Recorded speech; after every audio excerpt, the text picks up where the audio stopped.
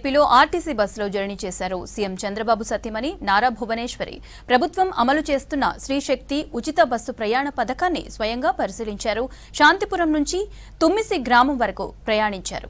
Aadhaar card చూపించి free ticket తీసుకున్నారు. బస్సులో మహిళలతో మాట్లాడి పథకం అమలును అడిగి తెలుసుకున్నారు.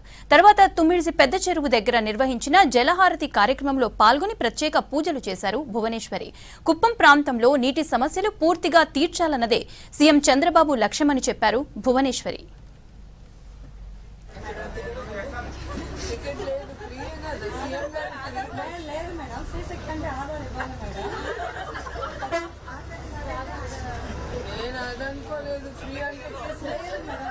చెప్తున్నారు కానీ ఆధార్ ఐడెంటిఫై కంపల్సరీ ఉండాలి మేడం.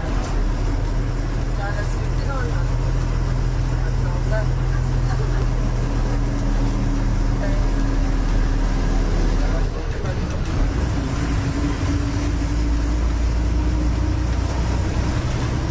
అందరూ